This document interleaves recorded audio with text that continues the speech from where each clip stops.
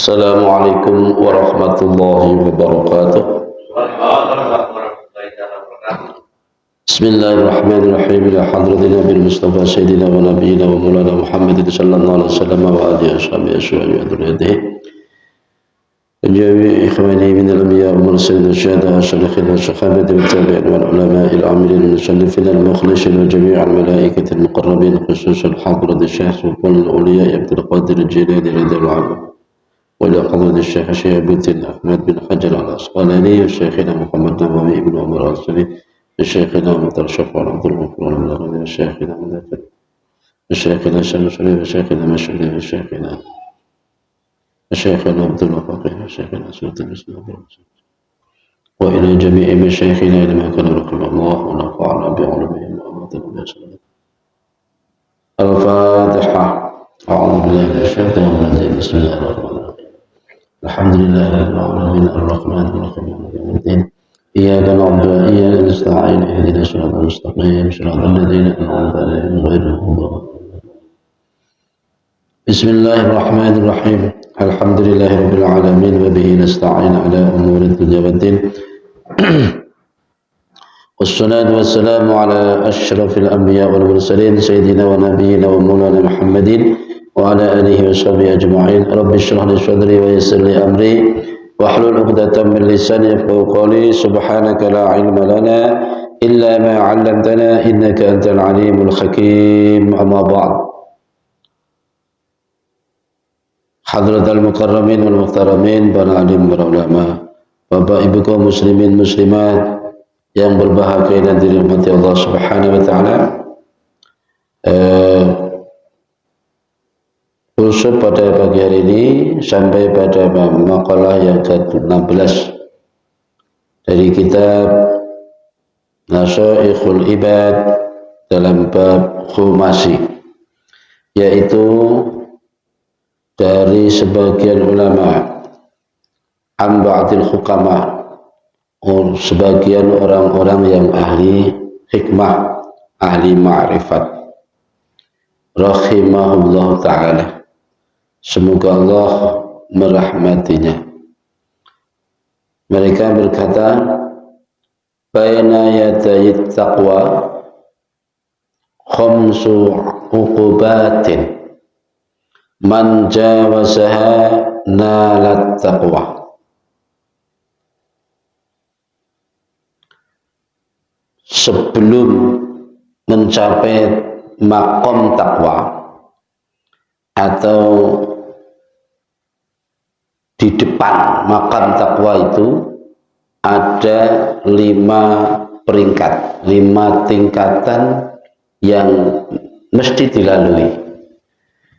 Artinya untuk mendapatkan predikat muttaqin atau orang yang bertakwa, maka seseorang harus melalui 5 peringkatan, 5 tingkatan. Artinya seseorang yang sudah melewati 5 tingkatan ini, maka ia akan mendapatkan dan meraih predikat takwa. Yang dimaksud takwa itu adalah tarku muradatin nafsi, meninggalkan keinginan-keinginan nafsu, wa mujanabati nahyillahi ta'ala, dan menjauhi segala bentuk larangan-larangan Allah. Mudahnya artinya begitu berupa perintah dilaksanakan, jika itu berupa larangan ya ditinggalkan. Hal-hal yang menjurus kepada nafsu dia lawan, setidaknya ditahan, diredam. Itu namanya takwa. Nah, 5 peringkat yang harus dilalui itu adalah awwaluha ikhtiyarus syiddati 'alan ni'mati. orang lebih memilih kesulitan, tahap kesulitan daripada kenikmatan. Lebih baik memilih hal-hal yang sifatnya sederhana daripada yang mewah-mewah. Ini ciri khas manakala orang akan menapai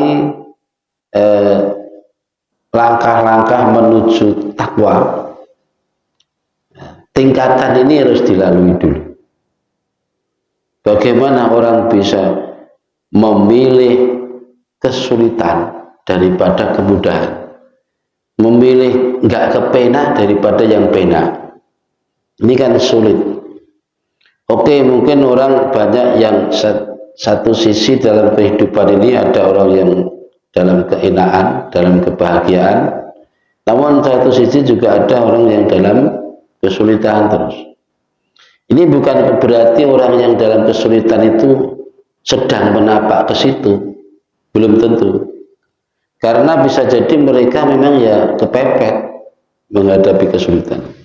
Beda lagi kalau orang yang memang dia menuju pada peringkat ini, bukannya dia kesulitan, tapi memilih itu daripada enak-enak. Jadi dalam hidup ini nggak ingin terlalu enak-enak dia. Nah, inilah peringkat pertama. Tidak semua orang bisa begini. Bahkan kita berusaha bekerja dari siang, dari pagi hingga sore, itu yang kita carikan enak. Berusaha dari muda hingga tua untuk mencapai hidup enak. Kok ada orang yang bisa-bisanya memilih tidak enak daripada yang enak. Nah, ini memang sulit. Untuk mencapai peringkat takwa itu memang begitu. Kemudian yang kedua, wasaniha ikhtiyarul jahdi ala rahah. Jadi bersama juga lebih memilih, ya sama juga, jahdin itu artinya usaha keras, usaha yang sulit mencapai derajat takwa itu. Ini harus dilalui memang.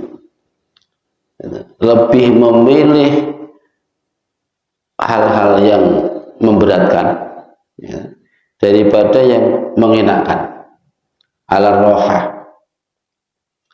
Ini contoh umpamanya orang malam sedang pada tidur, dia justru memilih tidak tidur. Tidak tidur ini karena ya ingin kangelan mendekatkan diri kepada Allah. Padahal andaikan tidur ya memang hak dia. Orang pada lagi istirahat, nyantai, dia justru manfaatkan itu untuk hal-hal yang bermanfaat, yang sifatnya mendekatkan diri kepada Allah. Itu yang kedua. Jadi tidak mudah kiranya untuk melakukan itu. Namun itu memang jalan yang harus dilewati untuk mencapai tahap ketakwaan. Ya, kemudian yang ketiga, wasalisuha ikhtiyarudz dzulli 'alal 'izzi, lebih baik memilih melemah atau merendah daripada kemuliaan, kehormatan atau kemenangan. Bukannya nggak menang, bukannya nggak mulia, bukannya nggak hormat, tapi dia memilih untuk tidak muncul dalam permukaan. Nggak senang dia hal-hal yang sifatnya dihormati, diagungkan, dimenangkan, diunggulkan. Justru memilih yang hal yang itu rendah. Bahkan amalan-amalan sendiri juga begitu. Banyak amalan-amalan yang berpotensi diwah orang, dihormati orang, dipuji orang. Tapi dia justru memilih amalan-amalan yang sepi, Amalan-amalan yang tidak ada potensi dipuji orang. Ya, kalau toh ada riya itu yang muncul dari dirinya sendiri. Contoh, kalau amalan-amalan yang berpotensi itu kan yang amalan kelihatan itu. Amalan-amalan yang umpamanya ini si A nyumbang masjid sekian ratus juta, menyumbang madrasah, pesantren, memberikan keperluan masjid sekian kan kelihatan. Ya, kita tidak memandang orang begitu itu riya, tidak. Cuma ada potensi besar di dalamnya mengenai tentang riya, dipuji orang, bisa ujub, bisa sum'ah. Gitu. Lain halnya kalau ibadah yang sendirian, kayak kita lagi zikir di tengah malam, tahajud di tengah malam, kan nggak ada yang tahu, itu hanya urusan kita dengan Allah. Kalau toh ada riya, itu yang muncul dari diri sendiri. Contoh umpamanya, memang ini ibadah nggak ada yang tahu, tapi kalau Allah menghendaki, orang kan bisa diberitahu. Nah ini kan muncul dari diri sendiri. Tapi potensi riyanya, potensi sum'ahnya sangat kecil. Nah, orang-orang yang memilih ini, menitih jalan menuju takwa, dia lebih memilih hal-hal itu. Bukan kok berarti nggak pernah menyumbang, nggak pernah sholat jamaah, hal-hal yang sifatnya berpotensi pun juga diamalkan. Tapi dia lebih menekan pada ibadah-ibadah yang sifatnya nggak tahu. Orang nggak tahu, yang tahu dia sama Allah aja. Atau ya contoh banyak sih, merendahkan diri daripada menonjolkan diri. Oke, begitulah. Andai kan di pertemuan di tempat yang mulia, yang sifatnya resmi, mestinya dia orang yang terhormat, tidaknya posisi duduk di depan, tapi justru memilih yang di belakang, yang biasa sama orang-orang biasa. Ini bukan semata-mata menunjukkan ketawaduannya, enggak, tapi itu setidak-tidaknya menghilangi potensi itu tadi. Dia seorang terhormat, orang yang dimuliakan mestinya, tapi justru merendah. Lebih memilih begitu. Kadang ada orang yang memang sifatnya secara zahir merendah, orang duduk di bawah, sementara yang lain di atas. Mestinya dia orang yang dihormati. Ya memang dia duduk di bawah, tapi tidak semata-mata itu lakukan karena menghindari potensi-potensi riya tadi, tapi karena dia ingin menunjukkan ketawaduannya. Biar dia ada orang tawadu, duduk di depan, nanti akhirnya ngerepotin panitia, mempersilahkan pendengar gak gelem terus, kan ribet jadinya. Beda yang dibunyikan, beda lain itu. Jadi yang dimaksud ini ikhtiyarul dzulli alal izzi, lebih memilih merendah, mengalah daripada kehormatan, kemuliaan atau kemenangan. Jadi posisinya, meskipun dia di posisi yang benar, di posisi yang mampu melawan, tapi dia pilih mending ngalah aja. Nah, sikap seperti ini tahapan ketiga untuk menitih jalan ke arah takwa. Kemudian yang keempat, warabi'uha ikhtiyarus sukut 'alal fudul, lebih memilih diam daripada mengumbar omongan-omongan yang tidak ada manfaatnya. Yang dimaksud fudul di sini wahwa ma la khaira fihi minal kalam, sesuatu yang tidak ada kebaikan atau ucapan-ucapan yang tidak ada manfaatnya. Umpamanya sama-sama kita lagi kumpul bareng jago, yang lain ngobrol, tapi dilihatnya ini nggak ada arti, nggak ada manfaatnya. Ngobrol tentang agama enggak, kemaslahatan enggak, tentang masjid enggak. Nah, orang yang meniti jalan begini ini, dia lebih baik diam. Kecuali kalau yang dibahas itu ilmu, yang dibahas itu kemaslahatan, ya, tentang kebaikan umat, perkembangan agama, dia baru berkomentar. Tapi kalau yang dibicarakan tentang hal-hal yang tidak ada hubungannya dengan agama, dengan kebaikan, kemaslahatan umum, diam, dia mending baik umum. Diam. Yang begini ini tingkatan yang ketiga, keempat. Ini kan gak mudah orang melakukan begini nih. Karena memang ya untuk menggapai tingkat takwa itu gak mudah. Jadi 5 tangga ini harus dilalui memang untuk mencapai itu. Ternyata untuk mencapai predikat muttaqin itu tidak mudah. Bahkan termasuk diperintahkannya kita berpuasa. Ini ujung ayat perintah ini kan la'alakum tattaqun, agar kalian menjadi orang-orang yang bertakwa. Nah, untuk mencapai ketakwaan itu Allah itu tadi didahului dengan perintah puasa. La'allakum tattaqun. Jadi tidak mudah. Memang kalau didefinisikan takwa itu kan bahasa sederhana nih, menjalankan perintah, meninggalkan larangan, gitu. Ternyata untuk menjalankan perintah, ya diantaranya seperti itu tadi. 5 peringkatnya harus dilalui dulu. Jadi lebih memilih diam daripada mengumbar omongan-omongan yang tidak ada gunanya. Kemudian yang kelima, wa khamis wa ikhtiyarul mauta 'alal khayati. Ikhtiyarul mauti. Nah, ini yang mungkin tidak semua orang bisa. Lebih memilih mati daripada hidup. Nah, ini perlu penafsiran ini kalau soal yang gini nih. Apa yang dimaksud mati di sini? Lebih memilih mati daripada hidup. Maksudnya di sini ini ditafsirilah. Wal mautu 'inda ahlillahi ta'ala qan'u hawan nafsi. Yang dimaksud kematian di sini menurut orang ahli ma'rifat. Ini orang-orang yang sudah pada tingkatan ma'rifat, yaitu meredam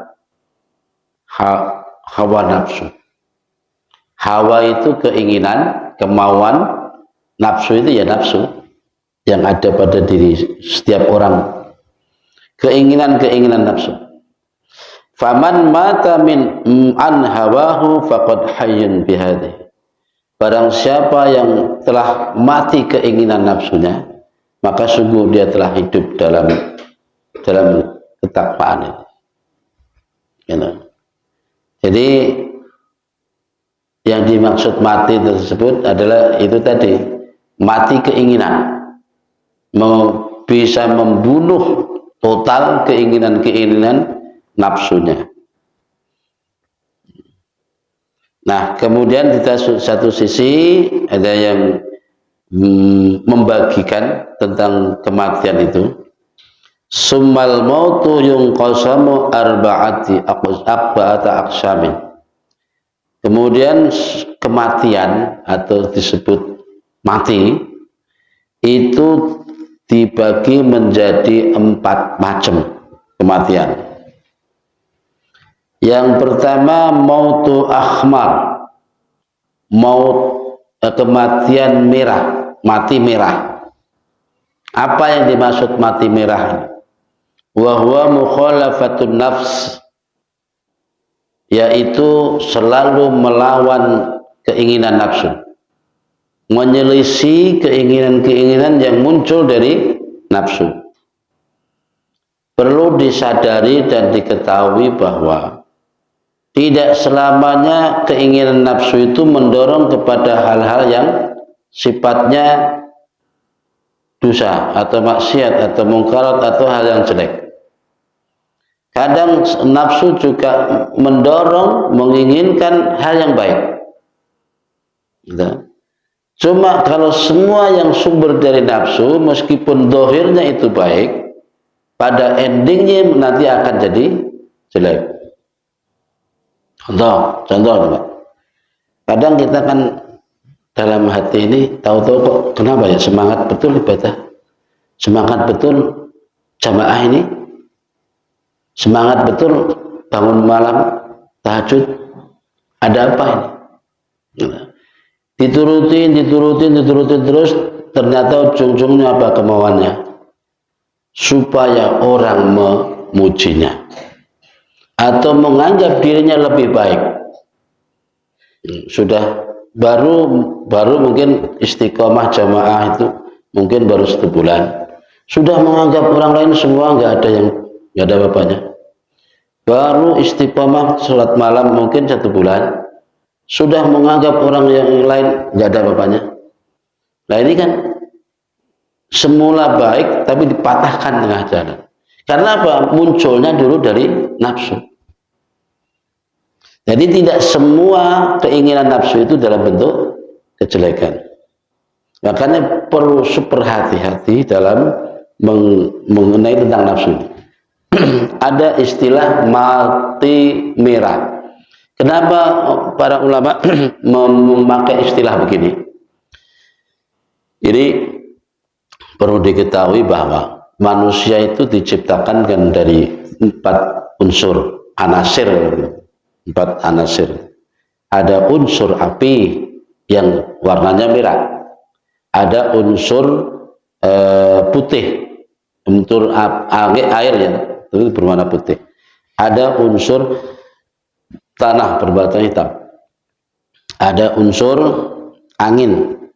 Unsur angin berwarna kuning, tapi di sini nggak ada disebutkan kuning, disebutkan putih, hijau. Nah, nanti begini. Nah, makanya manusia itu ada unsur api, warnanya merah, yang di situ digambarkan dengan adanya nafsu dalam diri manusia. Maka nafsu ini bunuh, dalam arti bukan bunuh total, maksudnya keinginannya dibunuh. Itu disebut mati merah. Kemudian wa mautu abyad, ada mati putih. Apa yang dimaksud mati putih? Putih itu melambangkan unsur air, ya, unsur air. Nah, di sini yang disebut mati putih itu membunuh rasa lapar. Poso berarti, emang poso. Pokoknya sering mengalami lapar. Ini bukan berarti lapar karena memang tidak ada yang dimakan, bukan. Bisa jadi di tengah makanan yang banyak, minuman yang sehat banyak di rumah, jadi berkelimangan makanan, tapi ia mampu menahan keinginan yang sifatnya berlebihan. Sebagaimana puasa yang dilakukan ini kan tidak hanya sebatas menahan makan dan minum di sepanjang hari, siang hari, dan hal-hal yang membatalkan. Tidak hanya itu, setidaknya kita juga mengurangi jatah makan, minum, dan keinginan-keinginan yang menggebu-gebu. Kan kadang puasa ini hanya sebatas memindah jam makan aja, yang biasanya dilakukan di pagi, siang, sore. Kali ini difulkan di malam hari kan. Jadi bukannya mengurangi makan, tapi hanya memindah jam makan. Yang biasanya nggak ingin es campur es buah, ini puasa malah pingin kabeh. Berarti kan tambah itu nilainya, bukan mengurangi. Nah, ini yang dimaksud dengan mati putih, membunuh rasa laparnya. Li'annahu yunawwirul batin wa yubayyidu wajhal qalbi, karena mati putih ini sering mengalami sering-sering lapar. Insyaallah akan menerangi batinnya, hatinya akan menjadi bersih, terang. Kemudian wajah akan berubah menjadi berseri-seri putih. Faman mata syab'uhu hayat batanahu. Barang siapa yang bisa membunuh rasa laparnya, maka akan hidup kecerdasannya. Otaknya akan cerdas. Karena kalau dulu itu orang anak-anak yang di pesantren dalam rangka menghafalkan pelajaran itu dibarengi dengan puasa. Dan supaya benar-benar pening pikiran. Terus kemudian yang ketiga, wa mautu akhdar, mati hijau. Apa yang dimaksud mati hijau itu? Mati hijau yaitu lubusul muraqqi minal khurqi al-mulaqqati. Memakai pakaian-pakaian yang sudah rusuh lah, pakaian yang kumuh. Tapi bukan berarti dia orang koproh, orang yang enggak begitu. Artinya dalam arti yang menghindari kemewah-mewahan dalam hal berpakaian. Yang digunakan justru hal biasa saja, sederhana, enggak begitu mewah. Akhdar itu maknanya kan hijau. Hijau itu kan lambang kesejahteraan, lambang kemakmuran, hijau itu. Jadi di tengah kemakmurannya, di tengah banyak duitnya, dia tampil sederhana. Gitu. Kalau kita sudah bisa membunuh keinginan kemewah-mewahan itu, lalu tampil dengan sederhana, itu namanya sudah berhasil membunuh atau berhasil mencapai mati hijau. Nah, kemudian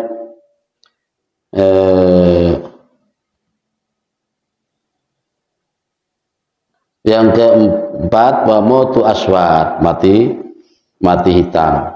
Yang dimaksud mati hitam itu, mati hitam adalah ikhtimalu adzal khalqi, menanggung atau menahan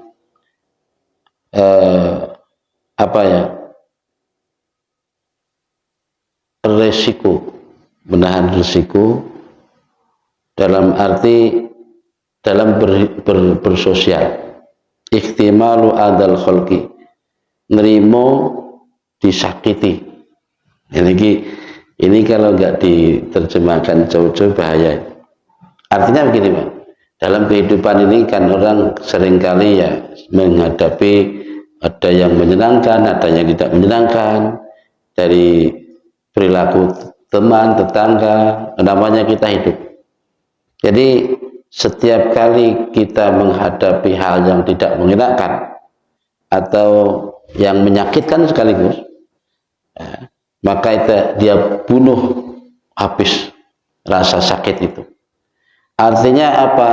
Setiap kali dia disakiti orang, tidak secara fisik ya kalau secara fisik ya sudah keterlaluan, itu dia tidak memandang itu perbuatan manusia.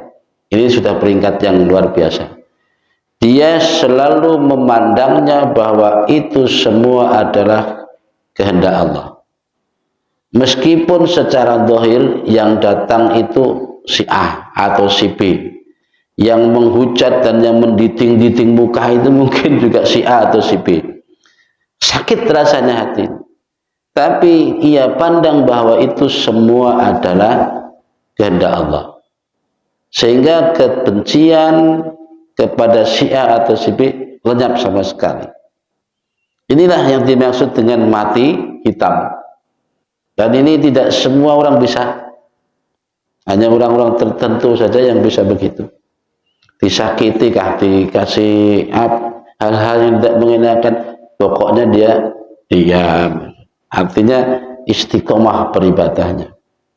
Dikecewakan kah, disakiti hatinya kah, pokoknya apalagi dirugikan kah, diam. Karena dia memandang semua itu adalah perbuatan Allah. Itu secara hakikatnya. Ini tidak semua orang bisa memandang semua perbuatan seseorang yang ada di lingkungan kita, di dalam pandangan mata kita. kita pandang sebagai perbuatan Allah. Karena apa? Pada hakikatnya, oke, yang datang itu si A, yang mengecewakan kita mungkin si B, ya tak? Tapi si A atau si B tanpa bisa digerakkan Allah kan nggak mungkin bisa. Gitu. Itu artinya pada hakikatnya justru Allah yang sedang mungkin menegur kita, mungkin juga memarahi kita. Karena ketika suatu saat ada orang yang memarahi kita, ya penting Allah sedang memarahi kita, bukan orang itu. Nah inilah kalau orang sudah pada tingkatan ini berarti sudah disebut mati hitam. Mati hitam. Kalau sudah tahu bahwa itu perbuatan Allah, ya sudah sampai situ. Jangan lalu kita membalas si A atau si B-nya.